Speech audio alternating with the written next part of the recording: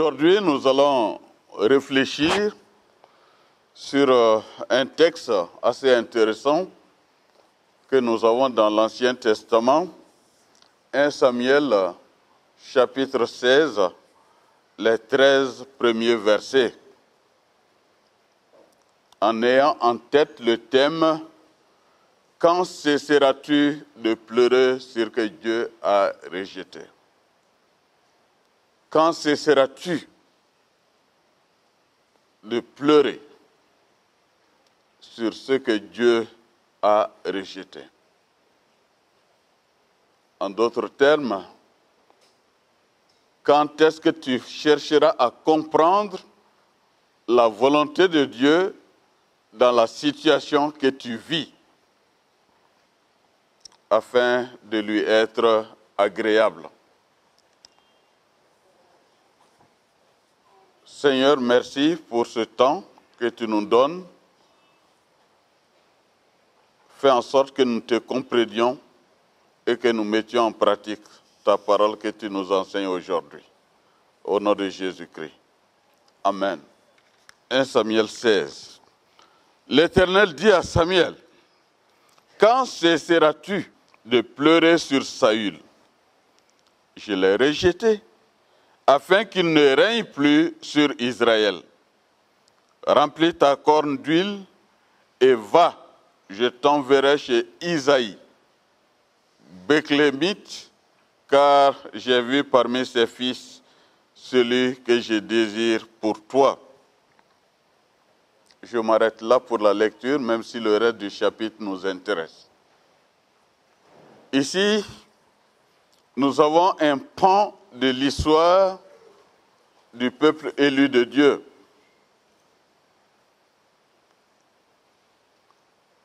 Après qu'il ait décidé de ne pas aller sur le chemin de la théocratie, comme le pasteur Pierre nous l'a annoncé un jour, et qu'eux aussi veulent aller comme les autres nations. Le premier roi qui va leur être octroyé s'appelle Saül, qui va faire beaucoup et de grandes choses pour Dieu, mais qui à un moment donné va se laisser influencer par le pouvoir et commencer à poser des pas qui n'iront pas dans la direction de Dieu. Vous vous rappellerez qu'une fois sur la colline de Gilgal, alors qu'il devait aller en guerre, il devait entendre d'abord le sacrificateur, ou du moins Samuel, qui devait faire le sacrifice. Il s'est pressé et a voulu confondre les rôles. Le rôle étatique avec le rôle religieux. Et lui-même a fait sacrifice. Dieu a dit non, là je ne suis pas d'accord avec toi. Il a été blâmé pour cela. Mais cette fois-ci, quand vous lisez le chapitre 15 de 1 Samuel, il y a une autre désobéissance qui se fait sentir. Saül, il reçoit de Dieu des instructions claires par rapport à la guerre qu'il doit livrer contre les Amalécites.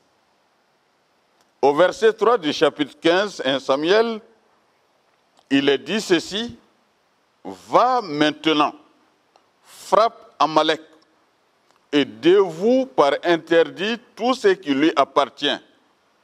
Tu ne l'épargneras point, tu feras mourir d'hommes et femmes, enfants et nourrissons, bœufs et brebis, chameaux et ânes. » Je pense que les choses sont très, très claires ici, sans aucune confusion. Ce qu'il doit faire, il le connaît très bien. Et Il va aller donc en guerre avec des consignes précises. Mais après avoir remporté la guerre, la victoire, il fait tout sauf ce que l'Éternel lui avait ordonné de faire. Voyez vous-même les versets 6, 7. Saül bâtit Amalek depuis Alvila jusqu'à Chou, qui est en face de l'Égypte. Il prit vivant Agag, roi d'Amalek, et il dévouilla par interdit tout le peuple en le passant au fil de l'épée. Mais, l'expression mais, Saül et le peuple épargnèrent Agag et les meilleures brebis, les meilleurs bœufs, les meilleures bêtes de la seconde portée, les agneaux gras et tout ce qu'il y avait de bon. Ils ne voulurent pas le dévouer par interdit et ils dévouèrent seulement tout ce qui était méprisable et chétif. Ça, ce ne sont pas les consignes de Dieu. Ça, ce n'est pas la voie de Dieu. Ce qui lui a été demandé n'était pas ça. En d'autres termes, Saül a atteint un niveau où son orgueil personnel le pousse maintenant à poser des actes que Dieu n'ordonne pas et n'agrée pas. Face à cette situation, Dieu réagit à travers Samuel. Il réagit toujours. À chaque fois qu'il nous donne des choses à faire, après l'action, il y a toujours une évaluation. Au verset 13, quand il va recevoir la visite de Samuel, vous voyez un peu ce que Saul raconte. D'abord au verset 12. Il se leva de bon matin pour aller au devant de Saül. Et on vint lui dire, Saül est arrivé à Carmel. Et voici, il s'est érigé un monument, puis il s'en est retourné et passant du plus loin, il est descendu à Gilgal. Samuel s'est rendu auprès de Saül. Et Saül lui dit, sois béni de l'Éternel. J'ai observé la parole de l'Éternel, ce qui est archi faux. Ce qui lui avait été demandé, c'est de vouer tout par interdit. Mais ce qu'il a fait, c'est de garder tout ce qui attire les yeux. Tout ce qui pouvait être bénéfique pour lui, il les a épargnés. Et quand il va dire cela à Samuel, lui va répondre ceci, verset 14. Qu'est-ce donc ce bêlement de brebis qui parvient à mes oreilles et ce mugissement de bœuf que j'entends? Saül lui répondit, ils les ont amenés. Ils, pas lui, ils les ont amenés de chez les Amalécites, parce que le peuple a épargné les peuples, les meilleures brebis et les meilleurs bœufs, afin de les sacrifier à l'Éternel ton Dieu, et le reste, nous l'avons dévoué par interdit. Une manière de dire, cette fois-ci, Dieu s'est trompé de ce que je devais faire pour lui. Donc j'ai pris la responsabilité d'aller à l'encontre de sa volonté et de prendre les meilleurs pour faire ce sacrifice. Désobéir à Dieu pour chercher à plaire à Dieu. Ce n'est pas intéressant. Malheureusement, dans notre marche chrétienne, d'une manière fréquente, c'est ce qui arrive. Nous sommes morts avec Christ, ressuscités avec Christ. Si nous vivons, ce n'est plus nous qui vivons, mais c'est Christ qui vit en... Mais qu'est-ce que vous faites en ce moment? Nous sommes en train de dire qu'on a pris une nouvelle orientation. On se plaît même à dire que les choses anciennes sont passées, toutes choses sont devenues nouvelles. Et pourtant, nous continuons à nager dans ces choses qui sont passées. Et qui finissent par nous rattraper. Oui, Samuel a dit à Saül, arrête, je te déclarerai ce que l'Éternel m'a dit cette nuit. Et Saül dit, parle. Lorsque tu étais petit à tes yeux, on lui rappelle maintenant son passé. Lorsque tu ne valais rien, ta tribu ne valait rien, moi je t'ai choisi.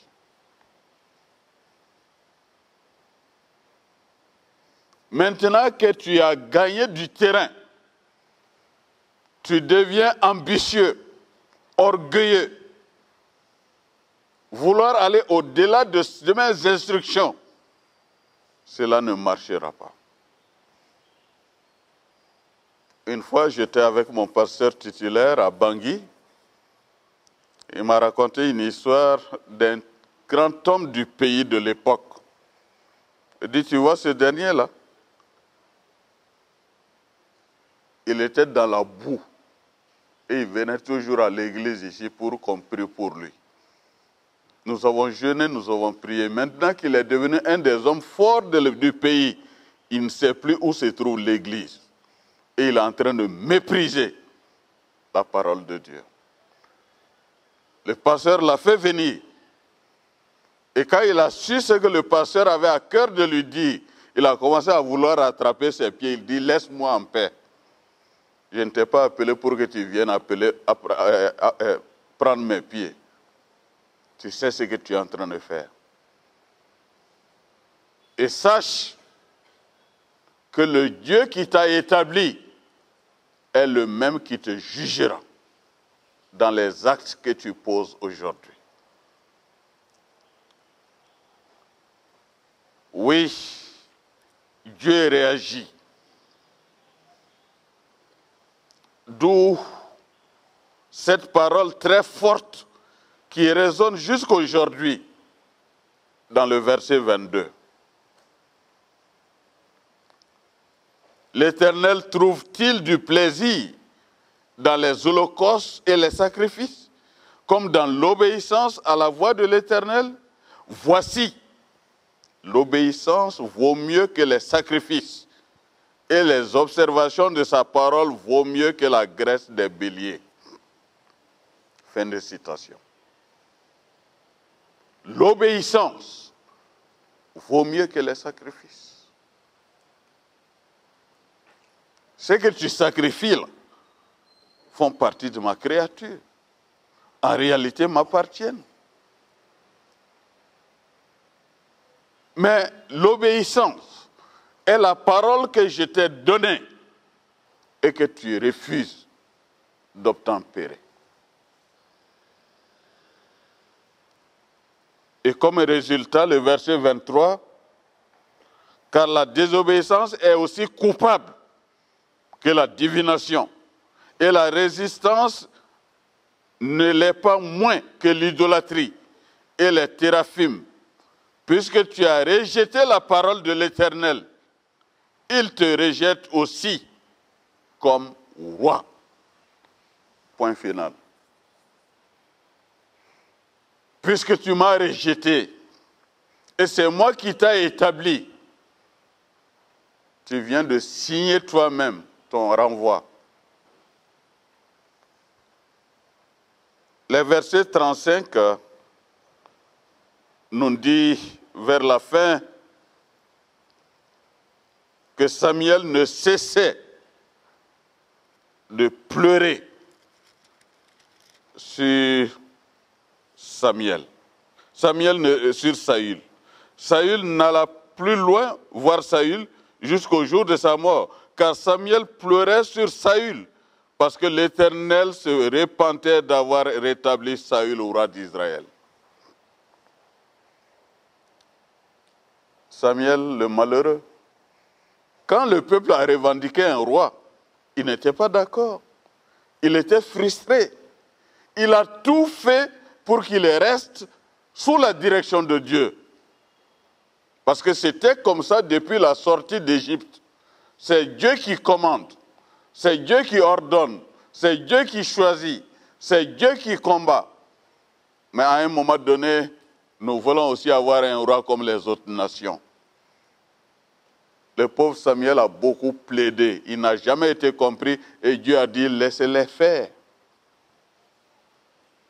Maintenant que le roi est là,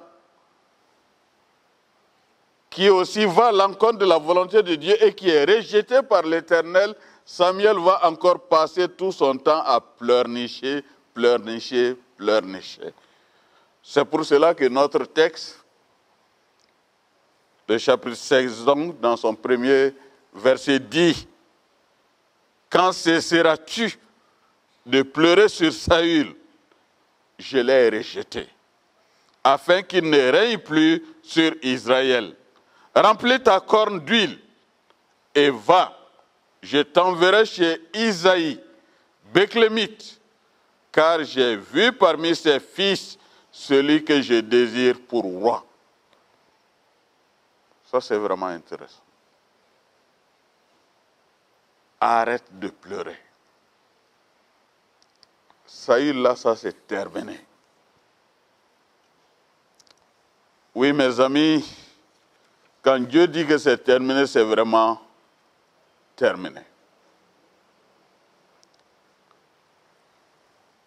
Jusqu'à quand? Et c'est justement face à cette question que nous menons les réflexions suivantes aujourd'hui. Et la question qui me vient à l'esprit, êtes-vous en train de pleurer sur quelle situation dans votre vie depuis toujours? Qu'est-ce qui vous coupe le sommeil? À la limite, qu'est-ce qui vous empêche de communier avec Dieu? Cette situation me rappelle une partie de la vie du roi David que nous trouvons dans 2 Samuel chapitre 12, les versets 13 jusqu'au verset 23. Vous pourrez le lire à la maison, mais je le résume. David, aussi mis à part, est roi d'Israël.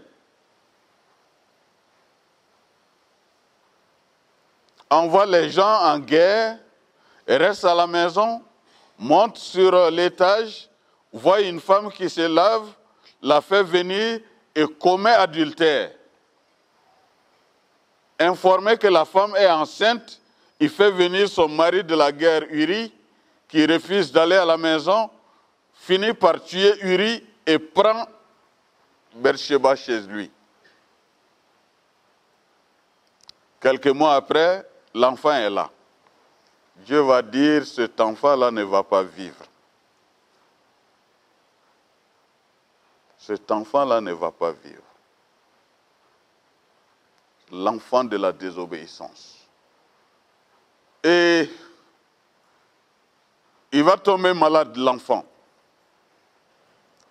David va vouloir changer cette situation. En quoi faisant? En se donnant au jeûne et à la prière. Lisez le texte. Il refuse de manger, il refuse de manger, de boire, et reste isolé, priant et priant, priant pour que Dieu change la situation. Mais c'est déjà arrêté. Mais après, quand on vient lui annoncer, quand l'enfant meurt, les gens commencent à chuchoter. Quand vous êtes dans un groupe et qu'on chuchote trop autour de vous, là, c'est qu'il y a quelque chose qui vous concerne. Il finit par comprendre dans ces chuchotements-là que l'enfant n'est plus. Il se lève, il se lave et il demande à Haman. On dit, mais David, ça c'est quoi ça? Ça c'est quoi encore? Quand il était malade, l'enfant, nous avons tout fait pour que tu manges, tu as refusé. Tu ne mangeais pas, tu ne buvais pas, tu passais tout ton temps à prier. Et vous savez la manière des Juifs pour prier. Pierre a donné des exemples ici, dans l'adoration, qui n'est pas loin de leur manière de rendre grâce et de prier aussi. Se prosterner, se jeter la poussière sur la tête ou la cendre pour avoir la clémence de Dieu. Mais ici, Dieu a tout arrêté. Et il va dire, désormais c'est moi qui ira vers l'enfant, lui ne reviendra plus vers moi. Mais ce qui est intéressant,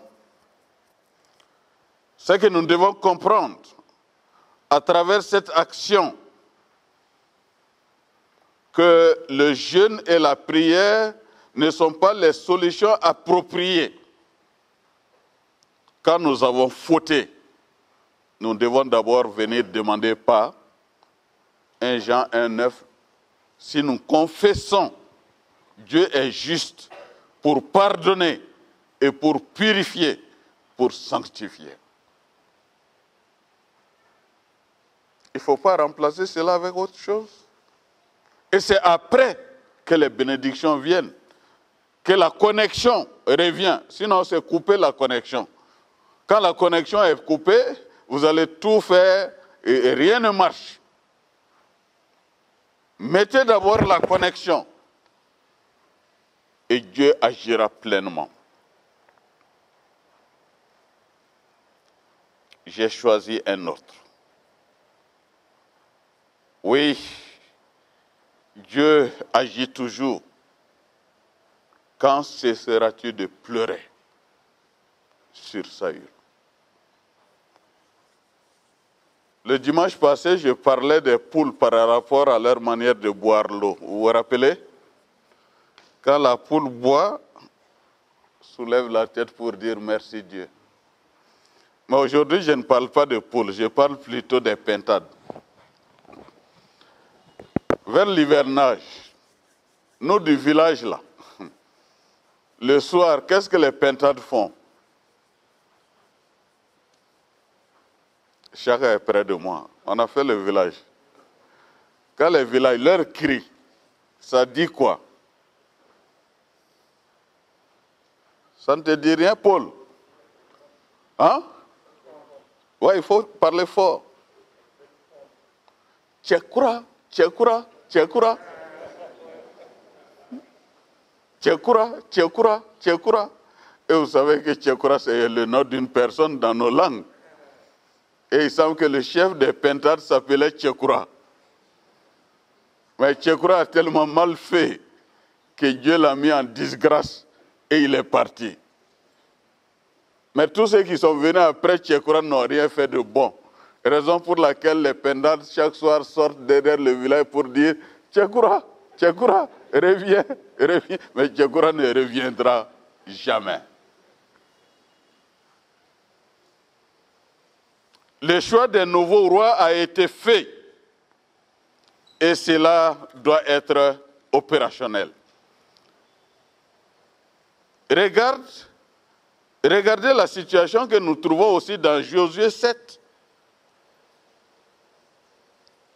Mais avant d'arriver à Josué 7, qu'est-ce que Dieu a dit dans le chapitre 16 de 1 Samuel? Remplis la corne d'huile et va, je t'enverrai chez Isaïe, Béclémite, car j'ai vu parmi les fils celui que je désire pour roi.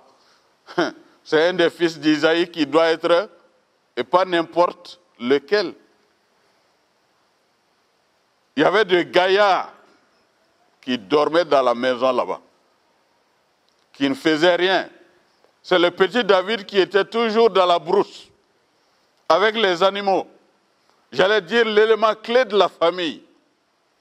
Parce que la richesse en ces temps était évaluée par rapport au nombre de têtes d'animaux que vous avez.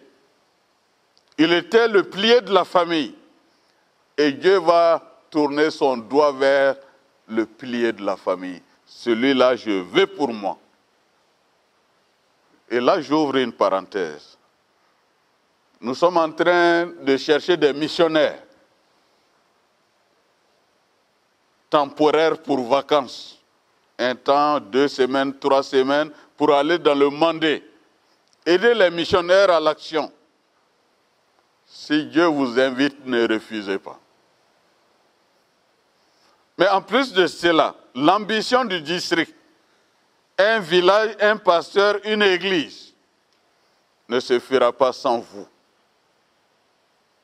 Et si Dieu vous appelle, qui que vous soyez, répondez positivement à l'appel. Et je le dis en connaissance de cause. J'ai refusé pendant 15 ans l'appel de Dieu pour me retrouver en plein dans cet appel. Et Dieu ne veut pas choisir n'importe qui. Celui qui a échoué dans tout n'est plus bon pour le ministère. Quand je vois quelqu'un qui vient, j'ai essayé ça, ça n'a pas marché, j'ai essayé ça, ça n'a pas marché, je pense que je peux aller à l'école biblique. J'ai dit non, là aussi ça ne va pas marcher. Dieu utilise des gens qui savent faire marcher. Les piliers de famille, Dieu a besoin de vous. Ne refusez pas. J'ai reçu un jeune qui m'a dit, pasteur, j'ai eu l'appel. Mais mon désir était de venir au secours de ma famille. Et je me dis qu'en devenant pasteur, avec ce que je sais, ce qu'il gagne, ça va poser problème. J'ai dit non, ça ne posera jamais problème. Fais ce que Dieu t'ordonne et Dieu s'occupera de ce que tu veux. Fais d'abord la part de Dieu et Dieu mettra dans le cœur des hommes et des femmes de venir à ton secours pour remplir ce qui doit être rempli. Et tu ne regretteras jamais le ministère. Et je peux le témoigner. Ndiaye est là, il peut le témoigner. Pierre peut le témoigner. Depuis que nous sommes dans le ministère, nous n'avons regretté une seule minute le fait que nous avons laissé ce que nous savions très bien faire pour nous consacrer au ministère de Dieu. Et Dieu nous a toujours assistés. Il va aller chez Isaïe. Tel n'est pas le sens de mon message, c'était seulement une parenthèse. En revenant dans la parole Josué 7, il y a aussi un cas assez intéressant qui est là. Les versets 6 à 10. L'Éternel va dire à Josué, « Lève-toi. Pourquoi restes-tu ainsi couché sur ton visage? Israël a péché. Ils ont transgressé mon alliance que je leur ai prescrite. Ils ont pris des choses dévouées par interdit. Ils les ont dérobées et ont dissimulé. Et ils les ont cachées parmi leurs bagages. C'est pour cela qu'ils ont fui devant leurs ennemis haïs. » Les enfants d'Israël, au chapitre 6, venaient de remporter la victoire, Chapitre 7 toujours venait de remporter la victoire sur Jéricho. Et on leur avait dit de vouer tout par interdit. Seules les richesses, comme l'or, l'argent, le métal, les choses précieuses, devaient revenir à l'Éternel. Mais ils ont fait à leur tête. Quand un d'entre eux va voir un manteau très joli, il va dérober ça. Il va prendre de l'or, de l'argent, des choses précieuses et va cacher ça sous sa tente. Et quand il s'est agi d'aller maintenant prendre Haï,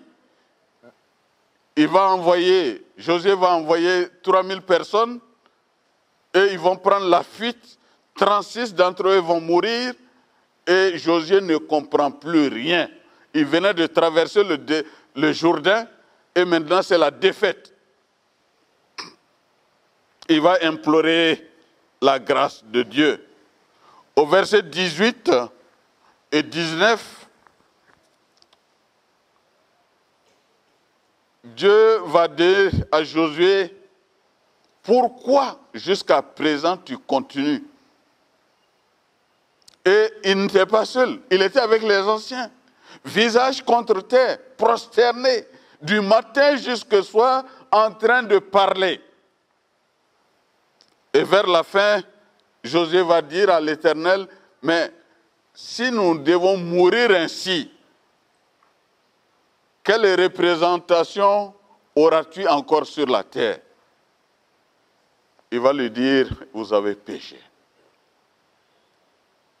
Mais en fait, c'est un seul qui avait péché. C'est Akan qui a péché. Mais Dieu dit, Israël a péché. C'est comme aujourd'hui. Si Daniel fait quelque chose de mauvais, au lieu de dire que Daniel Tangara a fait ceci, on va dire que les chrétiens ont commencé à... Un seul est en train de gâcher le nom de tout le peuple de Dieu. Et Dieu n'accepte pas ça. Vous ne pouvez pas corrompre ou jeter le discrédit sur tout ce peuple de Dieu. Dieu ne vous épargnera pas. Oui, mes amis, Akan a pris à ses dépens. Parce qu'on va approcher tribu par tribu, famille par famille, personne par personne, et c'est Akan qui va dire que c'est lui qui a commis la faute. Pourquoi il a attendu tout ça? Pourquoi? C'est pour cela que lui va mourir, sa femme, ses enfants, ses fils et ses filles, ses animaux et tous ses biens est brûlé pour que de tels cas ne se répètent plus en Israël. Oui, la situation est difficile quand on tourne dos au principe de vie que Dieu nous dicte. Malheureusement, aujourd'hui, on vit dans la révolte contre Dieu en faisant les choses à notre tête et au même moment, on veut être béni par Dieu. Ça ne va pas aller comme ça.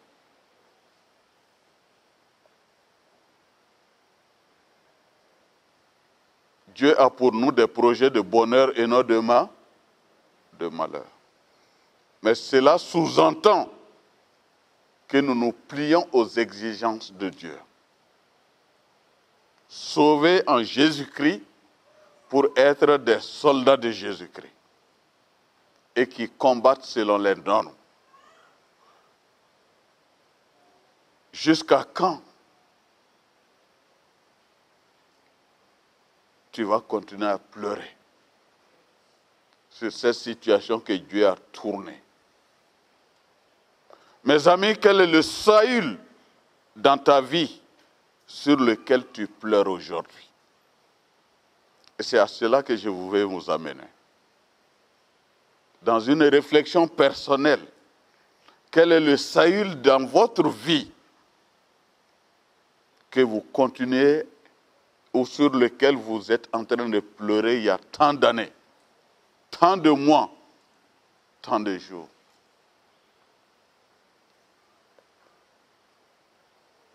Oui, notre Saül peut être la mort d'un parent. Nous aimons toujours dire Dieu a donné, Dieu a pris, que le nom de Dieu soit glorifié. Mais des fois, le cœur dit non. Cette fois-ci, moi, je ne suis pas d'accord. Et parce qu'on n'est pas d'accord, on perd la paix intérieure. On perd tout. Et on se révolte contre Dieu parce qu'il a fait quelque chose qui ne nous a pas plu. Et au même moment, on veut avoir la bénédiction de Dieu. Ça ne va pas comme ça. Ça me rappelle l'histoire de ce petit où son père lui disait tout le temps dans la voiture, il faut t'asseoir, hein. Il s'assoit, après il se lève. Il faut t'asseoir, hein. Il s'assoit, après il se lève. Il dit, cette fois-ci, si tu te lèves, je vais te frapper. Il s'assoit et dit, en tout cas, ce qui est clair, physiquement, je suis assis, mais dans mon cœur, je suis debout.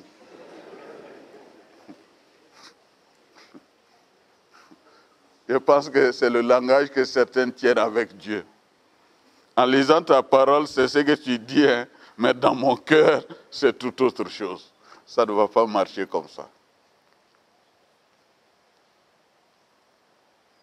Est-ce la mort d'un ami, d'une personne qui nous est chère, un travail que nous avons perdu, un droit qu'on n'arrive pas à recevoir?